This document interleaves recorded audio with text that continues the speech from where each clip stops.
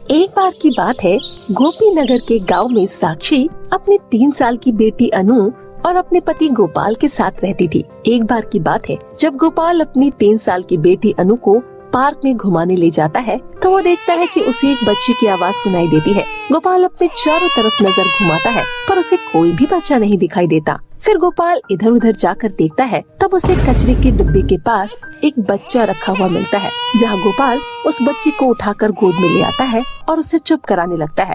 और फिर गोपाल को उस बच्चे पर दया आ जाती है और वो उसे अपने साथ घर ले जाता है। साक्षी पति के हाथ में छोटे बच्चे को देखती है तो वो बोलती है, ये बच्ची कौन है गोपाल तुम्हारे हाथ में? साक्षी, ये बच्ची पार्क में मिली मुझे। कोई कचरे के डिब्बे के पास इसे रखकर चला गया था। इस बच्ची की रोती हुई आवाज सुनकर मैं इसे अपने साथ ले आया। हाँ गोपाल, तुम तो हो ही समाज सेवक। हमारी एक ही बेटी है, उसका खर्चा उठाना ही हम दोनों के लिए कितना मुश्किल होता है, और तुम इसको भी यहाँ पर ले आए। ये कोई अनाथ आश्रम नहीं है। कोई बात नहीं साक्षी, जैसे हम एक बच्चे का पालन पोषण कर रहे हैं वैसे ही इस बच्ची का भी पालन पोषण कर लेंगे। साक्षी बहुत ही ज्यादा गुस्सा हो जाती है। वो सोचती है कि कोई बात नहीं, वो भी तो एक बच्ची है ना। अभी कुछ दिनों बाद गांव से गोपाल की माँ कलावती आ जाती है। अरे गोपाल, ये बच्ची कहाँ से आई? गोपाल अपनी माँ को सारी बात बताता है, जिसके बाद कलावती बोलती है, तुझे अक्ल से काम लेना चाहिए था। आजकल महंगाई का जमाना है, अब तो इस अनाथ को अपने साथ रख के अपने पैर पर खुद ही कुल्हाड़ी मारेगा। अगर अन्नू की तरह सुंदर होती तो मानती भी मैं। इसका रंग रूप तो देखो कैसा है, काली कलूटी बंदरिया। उसके चेहरे पर कैसे निशान भी है। जरूर उसके माता पिता ने इसके काले रंग और निशान की वजह से इसे छोड़ दिया होगा। इसके इस काले साई की वजह से तेरी बेटी की जिंदगी भी नरक बन जाएगी। देख लेना, मैं सही कह रही हूँ। कोई बात नहीं माँ जी, रंग रूप से वैसे भी कुछ नहीं होता। असली सुंदरता तो मन की होनी चाहिए। और वैसे भी माँ जी, आपको इन दोनों की परवरिश थोड़ी ना करनी है, मैं इन दोनों की परवरिश अच्छे से करूँगी। ऐसा कहकर साक्षी अपनी सासू माँ कलावती का मुंह बंद करा देती है और वो अनु और कामिनी को एक जैसी परवरिश देती है। उन दोनों का ख्याल बहुत अच्छे से रखती है। ऐसे ही कामिनी और अनु बहुत अच्छे दोस्त बन जाते हैं। और फिर ऐसे ही एक दिन कामिनी का जन्मदिन आ जाता है। साक्षी और गोपाल कामिनी का जन्मदिन बहुत अच्छे से बनाना चाहते थे और वो तैयारियों का सामान लेने के लिए घर से निकलते हैं। वापस आते समय उनकी गाड़ी का एक्सीडेंट हो जाता है, जिसमें दोनों की मृत्यु हो जाती है। जब इस बात की खबर कलावती को लगती है तो वो फूट फूट कर रोने लगती है और कलावती इस बात का सारा इल्जाम कामिनी पर लगा देती है। मुझे तो पहले ही पता था, तेरे रंग जैसा तेरा काला साया हमारे घर पर सबसे बड़ा है। कुछ न कुछ उल्टा सीधा तो होना ही था। जब से तू हमारी जिंदगी में आई है तब से हमारी जिंदगी बर्बाद हो गई है। मेरी प्यारी बहू और मेरा बेटा अपने मासूम बच्चे और बूढ़ी माँ को छोड़कर चले गए। सिर्फ तेरी वजह से, तेरे जन्मदिन की वजह से मेरे दोनों बच्चों की मृत्यु हो गई। तूने हमारी आने वाली जिंदगी भी काली कर दी। इस तरह कलावती कामिनी को अनाप शनाप बोलती है, पर फिर भी कामिनी कुछ नहीं बोलती और चुपचाप रोती रहती है। ऐसे ही समय बीत रहा होता है। कलावती अनु के मन में कामिनी के लिए बहुत ज्यादा नफरत पैदा कर देती है। फिर अनु दिन ब दिन कामिनी से नफरत करने लगती है और फिर उसके रंग रूप का हमेशा अपने दोस्तों के साथ मजाक उड़ाया करती थी। कलावती पहले से ही कामिनी को पसंद नहीं करती थी और फिर दादी पोती दोनों मिलकर कामिनी से घर के सारे काम करवाया करती थी। एक दिन अनु तैयार होकर अपने दोस्त के जन्मदिन में जा रही होती है। तभी कामिनी उसके पास आकर बोलती है, दीदी, आप भी मुझे अपने साथ अपने फ्रेंड के जन्मदिन पार्टी में ले चलिए ना। ये क्या बोल रही है कामिनी? मैं तुझे अपने साथ जन्मदिन पार्टी में नहीं ले जाऊंगी। मेरी वहाँ पर बेइज्जती होगी।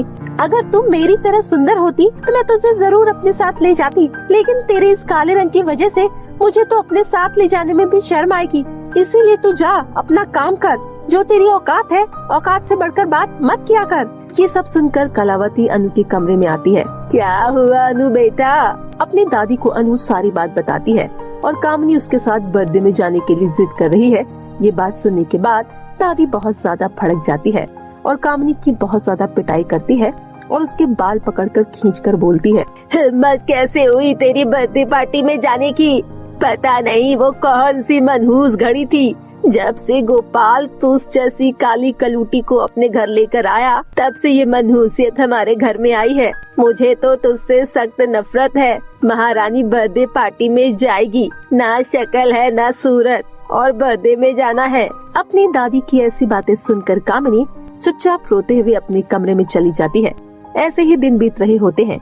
एक दिन अनु का जन्मदिन आने वाला था, इसीलिए कलावती उसके लिए बहुत सारी शॉपिंग करके लाती है। बहुत सारी ड्रेस, मेकअप, सैंडल। वहीं कामिनी डरते हुए कलावती से बोलती है, दादी कल अनु दीदी का बर्थडे है और मेरे पास उनके बर्थडे पर पहनने के लिए कोई भी अच्छे कपड़े नहीं है। जो आप लेकर आए हैं उनमें से एक कपड़े मुझे भी दे दीजिए ना। तुझे कितनी बार समझाना पड़ेगा कि तू हमारे घर की नौकरानी है, तू मेरे पुराने कपड़े ही पहनेगी। तूने नए कपड़े मांगने की हिम्मत कैसे करी? ये सब कुछ मेरे लिए लाई है दादी। तू जाकर काम कर और कल बहुत सारे मेहमान आने वाले हैं। अभी से काम पर लग जा जाकर। नहीं बेटा, मैं बिल्कुल नहीं चाहती हूँ कि कल ये तेरे जन्मदिन पर सभी के सामने आए, वरना हमारी नाक कट जाएगी।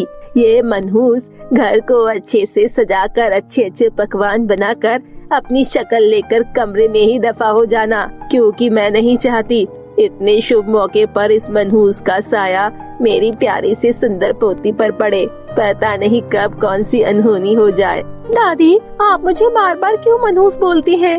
माता जी का एक्सीडेंट हुआ था, इसमें मेरी क्या गलती है? वैसे भी जो होना होता है वो होकर ही रहता है, हम उसे बिल्कुल नहीं टाल सकते। मैं आपका और अनु दीदी का प्यार पाने के लिए कितना कुछ करती हूँ। आप दोनों के लिए नौकरानी की तरह काम भी करती हूँ, फिर भी आप दोनों मुझसे प्यार नहीं करते। मुझे बहुत दुख होता है। ऐसा कहकर कामिनी वहाँ से चली जाती है और अनु के जन्मदिन के लिए तरह तरह के पकवान, साज सजावट करके घर छोड़कर अपना मन हल्का करने के लिए एक नदी किनारे चली जाती है। नदी किनारे बैठकर वो फूट फूट कर रोने लगती है। तभी उसके पास एक बूढ़ी अम्मा आती है और वो कामिनी से कहती है, क्या हुआ बेटा, तुम इतनी दुखी क्यों हो? कामिनी अपने सारे दुख भरी कहानी बूढ़ी अम्मा से बताती है। उसके बाद वो बूढ़ी अम्मा कामिनी को एक जादुई गुफा के बारे में बताती है। बेटा तुम नदी के साथ साथ आगे बढ़ते रहना, जहाँ पर ये नदी मुड़ती है वहीं पर एक गुफा मिलेगी। वो कोई मामूली गुफा नहीं है, तुम उस गुफा से अपने मन की कोई भी चीज मांग सकती हो। उस बूढ़ी औरत की बातें सुनकर कामिनी चुप हो जाती है और उस गुफा की तलाश में निकल पड़ती है। जैसे ही वो बूढ़ी औरत कामिनी से बोलती है, कामिनी वैसा ही करती है। तभी उसे रास्ते में एक जख्मी कुत्ता मिलता है। अरे तुम जख्मी कैसे हो गए? लगता है किसी जंगली जानवर ने इस कुत्ते को नुकसान पहुंचाया है। कामिनी से उस कुत्ते का दुख दर्द नहीं देखा गया और वो उस कुत्ते की मरहम पट्टी करती है। जब वो पहले से बेहतर हो जाता है तब वो कुत्ता कामिनी से कहता है, कामिनी तुम्हारा बहुत बहुत शुक्रिया, तुम्हारा दिल बहुत बड़ा है जो तुमने मेरी मदद की। यहाँ से बहुत सारे लोग आते जाते हैं पर किसी ने मेरी मदद नहीं करी, मुझे ऐसे ही जख्मी छोड़ दिया। अब तुम्हारे चलते मैं ठीक हो गया हूँ। अब तुम जाओ, तुम जिस राह पर चल रही थी। कुत्ते की बात सुनकर कामिनी खुश हो जाती है और नदी के साथ चलते चलते उस गुफा के पास पहुंच जाती है। गुफा तो आ गई है, पर ये तो कहीं से भी जादुई नहीं लग रही है। चलो मैं इस गुफा के अंदर चलकर देखती हूँ। जब कामिनी उस गुफा के अंदर जाती है तो देखती है वहाँ पर एक जादुई गाउन रखा हुआ है। जैसे कामिनी उस गाउन को हाथ लगाती है तभी उसके सामने एक परी प्रकट हो जाती है। कामिनी, मैं खुशी परी हूँ। इस गाउन को हाथ लगाते ही मुझे तुम्हारे अतीत के बारे में पता चल गया। तुम्हारे अतीत में तुम्हारे साथ बहुत ही ज्यादा गलत हुआ है। तुम एक साफ दिल की और अच्छी लड़की हो। मैं तुम्हें ये जादुई गाउन हमेशा के लिए देती हूँ। ये गाउन कोई मामूली गाउन नहीं है। तुम इस गाउन से अपनी मनपसंद चीज मांग सकती हो। इस गाउन को पहनते ही तुम एक सुंदर राजकुमारी बन जाओगी और तो और तुम्हारे जैसा कोई सुंदर नहीं होगा।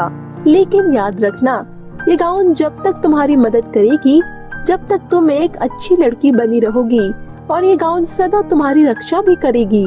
खुशी परी, आपका बहुत बहुत धन्यवाद। मैं आपका ये एहसान कभी नहीं भूलूंगी। कामिनी वो गाउन पहन लेती है, जिसके बाद वो एक सुंदर राजकुमारी के रंग रूप में बदल जाती है और वो उस जादुई गाउन से एक अच्छा घर भी मांग लेती है। इसके बाद वो अकेले ही उस घर में रहा करती और अपनी सभी शौक और अपनी मनपसंद खाने की चीज उसी गाउन से मांग लिया करती। ऐसे ही दिन बीत रहे होते हैं। कामिनी लोगों की मदद किया करती और गरीब लोगों को राशन, कपड़े और उनके जरूरत का सामान बांटा करती। एक दिन कामिनी जंगल में नदी किनारे बैठकर कुछ सोच रही होती है। तभी वो देखती है कि उसकी दादी और अनु रोते रोते उस जंगल के रास्ते कहीं जा रहे होते हैं। तभी कामिनी उनके पास जाकर बोलती है, दादी, अनु दीदी, आप दोनों जंगल में क्या कर रही हैं? और आप इस तरफ कहाँ जा रही हैं? अरे कामिनी बेटा, दादी सभी बात कामिनी को बताती है कि एक दिन उनकी तबीयत खराब हो जाती है और अनु रसोई में खाना बना रही होती है। तभी वो गैस बंद करना भूल जाती है और जब दादी और घर से बाहर गए होते हैं तब उनके घर में सिलेंडर फटने के कारण आग लग जाती है और सारा घर जल जाता है। ये सब सुनने के बाद कामिनी को बहुत ही ज्यादा दया आती है और वो बोलती है, कोई बात नहीं दादी, आप मेरे साथ मेरे घर में रहिए। यहाँ आपको किसी भी चीज की परेशानी और दिक्कत नहीं होगी। बेटा, तू कितनी ज्यादा अच्छी है। मैंने तेरे साथ कितना बुरा बर्ताव किया, तुझे उल्टा सीधा बोला, तुझे नौकरानी की तरह रखा, तेरे रंग रूप के ऊपर कितना ज्यादा ताना सुनाया, पर फिर भी तुम मुझे अपने घर में रखने के लिए राजी हो। कोई बात नहीं दादी माँ, गलती हर इंसान से होती है, पर माफ करने से कोई छोटा नहीं होता। आप मेरे साथ मेरे घर पर चलकर रहिए। कामिनी, मुझे माफ कर देना, मैं तुझे कितना उल्टा सीधा बोलती थी और तुम तो सच में कितनी ज्यादा अच्छी हो। मुझे माफ कर दो कामिनी। कामिनी पुरानी बातों को भूलकर दादी माँ और अनु को अपने घर ले जाती है। अब दादी माँ कामिनी को बहुत सारा प्यार करती है और अनु भी कामिनी के साथ खेला करती है। ऐसे ही अब कामिनी दादी माँ और अनु के साथ हंसी खुशी रहने लगती है। तो मेरे प्यारे दोस्तों, कैसी लगी आपको हमारी ये कहानी? कमेंट करके जरूर बताइएगा। और यदि आपको कहानी अच्छी लगी हो तो इसे अपने दोस्तों के साथ शेयर करना ना भूलिए। फिर मिलती हूँ आपसे किसी नई और इंटरेस्टिंग कहानी के साथ। तब तक के लिए बाय बाय, टेक केयर।